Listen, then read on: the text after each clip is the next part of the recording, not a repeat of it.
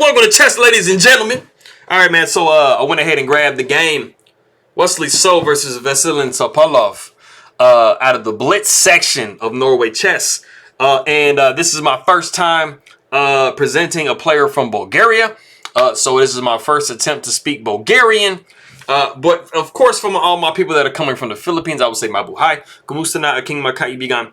Magandang umaga, magandang hapon. Is getting close to getting the afternoon. Well, I mean, it's super morning, but by the time people see the video, it'll probably be, getting close to afternoon.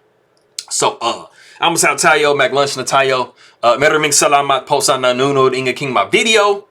Ingat lagi to you guys. Appreciate it very much.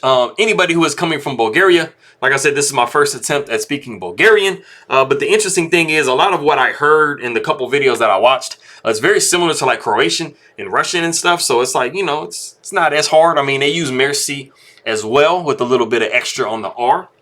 But I do have Dober den. Trying to say hello, good morning, good day to you. Bogodaria. Thank you very much for coming by and taking a look at my stuff. You guys, man, I tried to breathe too hard, I guess. Okay, if you guys are ready to go, let's take a look and see what we have for this game. All right, so we got e4, c5, so we have a Sicilian on the board. We got knight to f3, we got d6, bishop to b5, and white wins, and I'm playing. This is a really, aggressive way to play it. Just getting the bishop out with tempo on the king. If I can draw the arrows right. We do see bishop to d7. And we do have a Sicilian. It's the Canal main line. So, I guess, like I said before, this kind of looks like a canal towards the king. So, maybe that's why they called it that. But we do see bishop takes d7. Queen takes d7. We got c4. So we kind of have like a little Moroxy bind situation that we're trying to get rolling. So the knight comes to c6. We can't really allow the pawn and the knight to just get all in the center of the board without any type of like, resistance. So we got d4. Pawn takes d4. Knight takes d4. We got g6.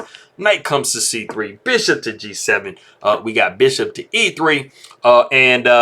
This is, very similar. So let's say we got like a, a g3, or a f3, g4 type situation. And we can have like, something similar to like a dragon Yugoslav type situation. So as you can see, these openings and stuff, they kind of flow into other openings sometimes. So at least that's what it looks like to me. We do see knight to h6. We got h3. Very often when you're playing a Sicilian, black wants to either play knight to f6 to g4 or knight to h6 to g4 because the placement of this bishop is really nice. And sometimes, black can, capture your bishop and, damage your pawn structure. And that's not usually something that you want. They do the same thing in the King's Indian. Pretty much, whenever like, either side gets a chance, they want to try to double your opponent's pawns. But we do see f5. Bishop takes f6 or h6. And then we do see bishop taking d4. And we have castles by white. And this is the novelty of the game. So, crazy looking novelty of castles. But that's what we do have. And we actually see bishop taking c3. Now, normally, if you're going to castle king side, you are not wanting to give up this bishop because it does a great job of protecting the king on this side. But this should just let you know that we are castling queen side. We do not care that we're giving up our bishop, and you are getting a little bit back as far as, the pawns being doubled and stuff like that. So we do see pawn taking c3. Pawn taking e4. We got queen to e2, and then we do have long castles, like I said. And you are not worried that you gave up that bishop because, you don't have to worry about the dark square weaknesses around your king if your king is hanging out over here. So we do see rook a to b1. Half open file, that's where you want to put your rooks. Knight to e5. We got bishop to g7. And this is a really nice move because, you do have doubled pawns. So black is looking to try to start, kind of attacking that double pawn like so. So, this gives you a nice little in-betweener move. Trying to snap off this knight, take away an attacker of that piece. Also, you're trying to see if you can win a rook. And that is actually what we see in the game. The queen comes to c6, and then we do see bishop taking h8. Now, if we back up, you know, after the bishop came to g7, you guys know the computer, right? They're like, man, you know what? Save the rook. The computer wants to play rook h to e8. And then after you take on e5, the pawn takes on e5, and the computer wants you to have triple pawns. I don't know any human that wants triple pawns, but I also don't know a lot of humans that want to give up an exchange. So you're kind of, you know, choosing between, you know, a rock and a hard place. It's a tough decision. But like I said, we do see bishop taking h8, rook taking h8, rook f coming to d1. There isn't like the best way to hold on to this pawn. So you're just kind of letting it go, getting your rooks active. And so after we see rook f to d1, we do see knight taking c4. We got queen to g4 with check. The king sidesteps to b8. And then we do have queen to e6 with the very logical idea of moving one of these rooks up to attack this knight. And, you know, just add a little bit more pressure onto this king on this file here. So we do see rook over to e8. We see rook up to d4, like I said before. We got knight up to e5. We see a4. Because, you know, we want to try to get this pawn rolling. Like, we have to try to figure out a way to start, like, ripping the position open. Because then we can get our pieces in there so that we can, you know, kill this king. Because we don't want the king to be alive, right? So we do see e3. And then we do have f4, which is really nice because since the pawns were touching, you don't have to worry about en passant in this situation. So you are free to push f4. And we have actually reached a point in the game.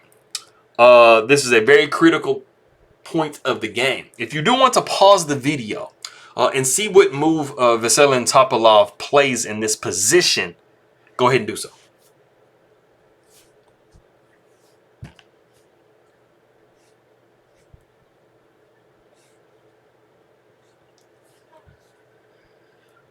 Okay. I really honestly don't feel like anybody's going to get this move because as you guys can see, there really aren't any in-between moves anywhere. So you're not going to like literally do anything other than moving your knight to safety.